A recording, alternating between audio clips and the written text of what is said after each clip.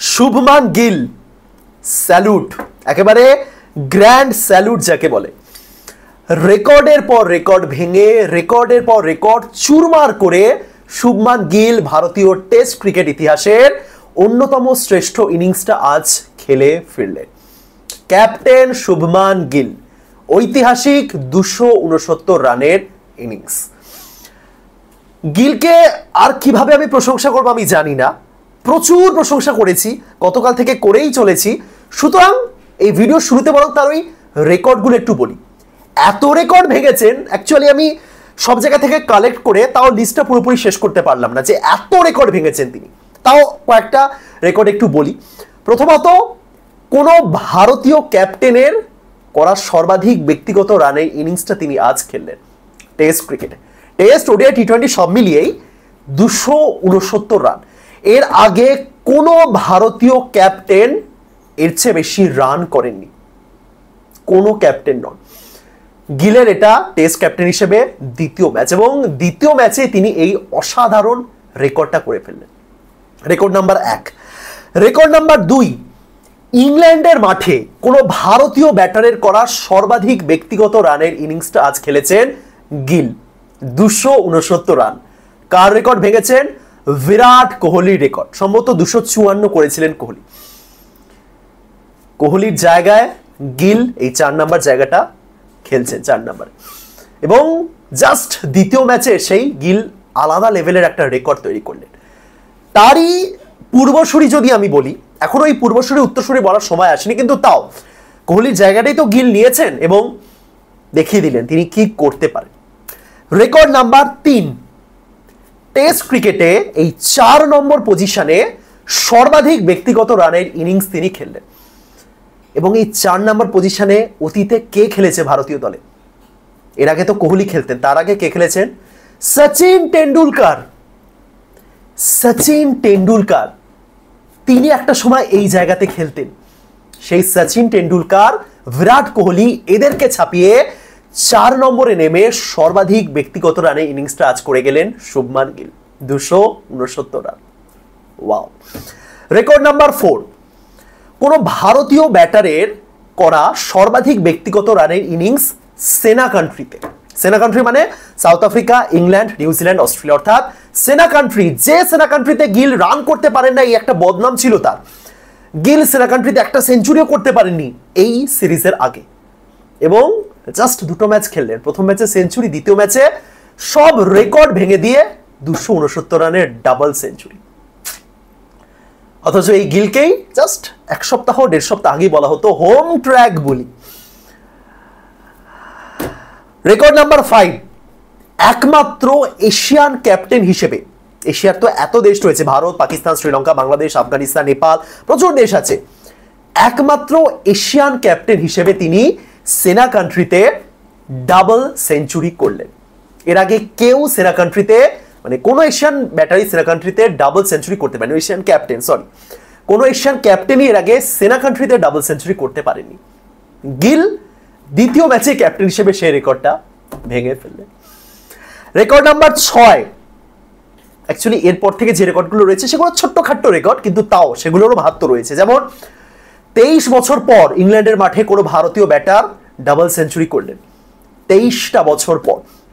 অতীতে আমরা রাহুল দ্রাবিড়কে দেখেছি, সুনীল গাভাস্করকে দেখেছি, সচিন টেন্ডুলকারকে দেখেছি, এবং বর্তমানে আমরা শুভমান গিলকে দেখছি। এছাড়া দ্বিতীয় কনিষ্ঠতম ক্যাপ্টেন হিসেবে তিনি টেস্টে 250 রান করলেন। তৃতীয় কনিষ্ঠতম ক্যাপ্টেন হিসেবে তিনি টেস্টে ডাবল সেঞ্চুরি করলেন। এরকম খুচরো খাজরা প্রচুর রেকর্ড রয়েছে, কিন্তু এই খুচরো খাজরা রেকর্ডগুলোর জন্যও কিন্তু প্লেয়াররা বছরের পর বছর ধরে টেস্ট ক্রিকেট খেলেন, এবং সেগুলোরও যথেষ্ট গুরুত্ব রয়েছে। কিন্তু এই গিল একটা ইনিংসে এত রেকর্ড ভেঙেছেন, এত রেকর্ড জাস্ট ধূলিসাৎ করে দিয়েছেন, কি বলবো। দেখুন, গিলকে এই মুহূর্তে কেউই শ্রেষ্ঠ প্লেয়ার, শ্রেষ্ঠ ক্যাপ্টেন ওই আসনে বসাচ্ছেন, এবং বসানো উচিত নয়। যদি কেউ বসানো, তার থেকে মানে বোকা আর কেউ হতে পারেন না।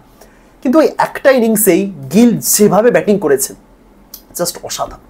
মানে আমি অ্যাকচুয়ালি গিলের ইনিংসটা দেখতে দেখতে এটাই ভাবছিলাম যে গিল কি কি রেকর্ড করছেন তার একটা লিস্ট বানাবো, নাকি গিল কত মনোমুগ্ধকর ব্যাটিং করছেন সেটা দেখবো, একদম দু চোখ ভরে দেখবো। আমি এটাই জাস্ট ভাবছিলাম কোনটা করব। আরেকটা ছোট্ট পরিসংখ্যান দিই, এই এই যে ইনিংসটা গিল খেলেছেন তার যে ওই মানে কি বলবো, ব্যাটে বলের যে একদম পারফেক্ট যে শটগুলো হয়, একদম পারফেক্ট মিডল যেগুলোকে বলে, সেটা তার যে পার্সেন্টেজ সেটা হলো 93.28। শুধুমাত্র মিডিল নয়, ওই ফলস শট যেগুলো হয় না, যে যেটা করতে গেছে সেটা করতে পারেনি, এই ব্যাপারটা আর কি। 93.28, 93% ক্ষেত্রে গিল যেটা করতে চেয়েছেন সেটাই করেছেন ব্যাট হাতে। ব্রিলিয়ান্ট। রিসেন্ট টাইম বাদ দিন, এই শতাব্দীতে এই এত দুর্দান্ত পার্সেন্টেজ অন্য কোন নন ইংল্যান্ডের ব্যাটার, নন ইংলিশ ব্যাটারের নেই মানে নেই। শুভমান গিল সেটা জাস্ট আলাদাই। এই সিরিজের আগে যখন তিনি ক্যাপ্টেন হয়েছিলেন, যে সমস্ত বদনামগুলো তার নামের পাশে ছিল, এবং ন্যায্য বদনাম এটুকুনি আমি বলতে পারি, মাত্র 35-এর অ্যাভারেজ ছিল তার টেস্ট ক্রিকেট। অনেকেই বলেছিলেন 35-এর অ্যাভারেজ নিয়ে টেস্ট ক্রিকেটে ক্যাপ্টেন হচ্ছে, অথচ জাস্ট দুটো ম্যাচের মধ্যেই এই 35টাকে টেনে 40-এ তুলে দিয়েছিলেন গিল। জাস্ট ভাবুন, এখন হয়তো 40 থেকে একটু নেমে এসেছেন, বাট 40-এ তুলে দিয়েছিলেন জাস্ট দুটো ম্যাচে। কতটা ইমপ্রুভমেন্ট করেছেন তিনি, জাস্ট ভাবুন। গিলের বদনাম ছিল তিনি সেনা কান্ট্রিতে হাফ সেঞ্চুরি করতে পারেন না, তো সেঞ্চুরি কি করবে। সেই কোন এককালে গাবাতে তার একটা ইনিংস ছিল, তারপর থেকে চরম ব্যর্থ, এবং সত্যিই চরম ব্যর্থ। এবং সেই চরম ব্যর্থ গিল, সেই হোম ট্র্যাক বুলি গিল, সেই Ahmedabad Prince Gill, 269 run. Brilliant, what an innings, অসাধারণ, জাস্ট অসাধারণ। এবং এত সুন্দর শটগুলো খেলেছেন, এক একটা শট, আহা, কমেন্টেটররাও মানে কিভাবে প্রশংসা করবে বুঝতে পারছিলেন না।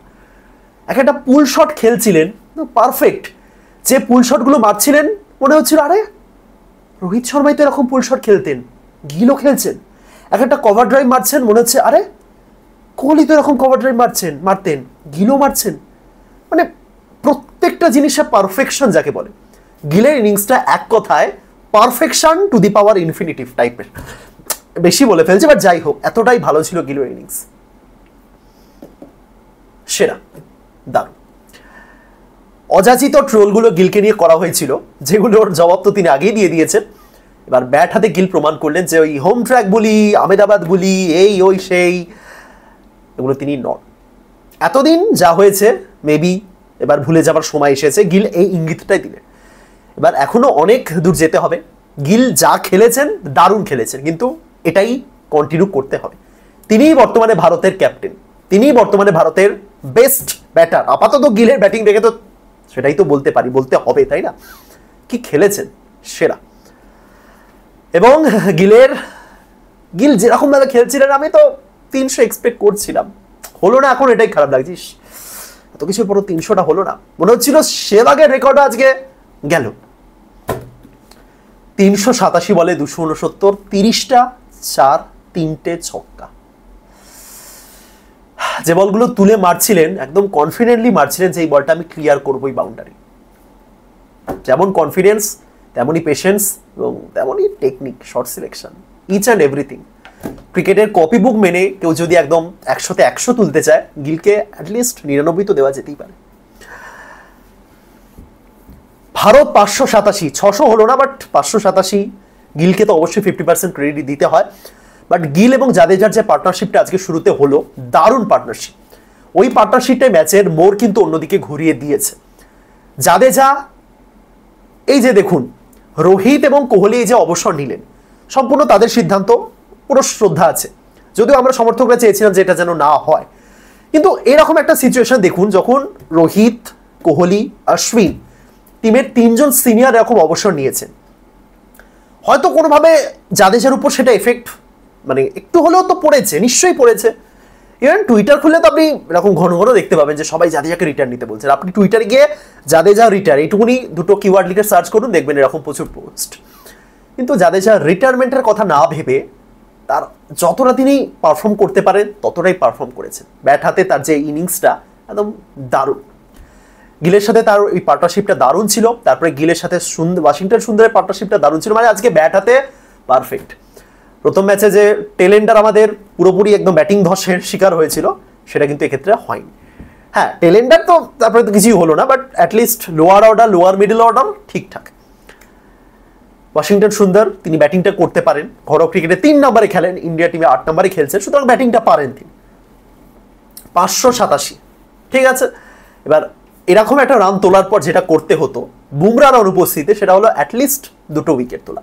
ভারত তো 3টে উইকেট তুলে নিল, তা আবার প্রথম 10 ওভারের মধ্যে। আনএক্সপেক্টেড বোলিং হয়েছে।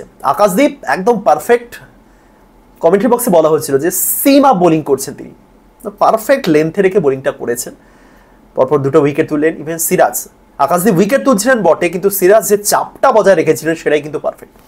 প্রথম 6-7 ওভারই কিন্তু সেরা বোলিং হয়েছে, মানে বুমরার অনুপস্থিতিতে যতটা ভালো বোলিং করা যায় ততটাই ভালো বোলিং হয়েছে। তারপরে শেষ দিকে একটু ছন্দে লাগছে ইংল্যান্ডের ব্যাটারদের, বাট ঠিক আছে, ওইটুকুনি মেনে নেওয়াই যায়। নতুন দিন শুরু হবে আগামীকাল, শুরুতে যদি আরও এরকম 1টা উইকেট আসে তাহলে কিন্তু, এবং যদি দেখুন যদি কোনোভাবে ফলো অন করতে পারে, অনেক দেরি সেটা আমি তাও বলছি, যদি কোনোভাবে ভারত ফলো অন করতে পারে নিঃসন্দেহে ইংল্যান্ডকে আবার ব্যাটিং করতে পাঠানো উচিত, এটুকুনি আমি মনে করি। এই 587 পর অ্যাকচুয়ালি হেরে যাওয়ার চান্স, দেখুন ক্রিকেটে যা খুশি হতে পারে। ভারত আগের ম্যাচে 5টা সেঞ্চুরি করার পরও হেরেছে, কিন্তু আপনি যদি এই ম্যাচের একটু ডিটেলস ব্যাপারটা দেখেন, 587 করার পর ভারত হেরে যেতে পারে এই সম্ভাবনাটা অনেকটাই কম, অনেকটাই কম। 587 করার পর আমি ধরলাম ইংল্যান্ড 600 করলো, কিন্তু ইংল্যান্ড যতক্ষণে 600 করবে ততদিনে 3.5 থেকে 3.25 দিন কেটে যাবে। সুতরাং ওই 1 থেকে 1.5খানা সেশন, তারও কম, 4টে সেশন, 1 থেকে 1.5টা না, সরি 1 থেকে 1.5 দিন বলতে যাচ্ছি, ওই 4টে থেকে 3.25খানা সেশন যদি থাকে, তার মধ্যে আরো 2টো ইনিংস হয়ে পুরোপুরি, জানি না আমি বলতে পারছি, মানে এরকম জায়গা থেকে ম্যাচ হারের তো প্ল্যানিং মানে ভারতীয় দলের ক্ষেত্রে আমি অন্তত দেখতে পাচ্ছি না, বাট স্টিল ক্রিকেটে কিছুই অসম্ভব নয়। বাট অ্যাকচুয়ালি কিন্তু ইন্ডিয়ার সুযোগ রয়েছে এই ইংল্যান্ডের সামনে, যারা অ্যাকচুয়ালি ম্যাচের রেজাল্টের জন্যই খেলে, ইংল্যান্ডকে কিন্তু এই ম্যাচে হারানো, মানে একদম বাস্তবিক সিচুয়েশন আমি কিন্তু বলছি। দেখা যাক তাহলে শেষ পর্যন্ত কি হয়, কিন্তু আজকের দিনটা শুভমান গিলের নামে, ক্যাপ্টেন গিল, ব্রিলিয়ান্ট, দারুণ, অসাধারণ।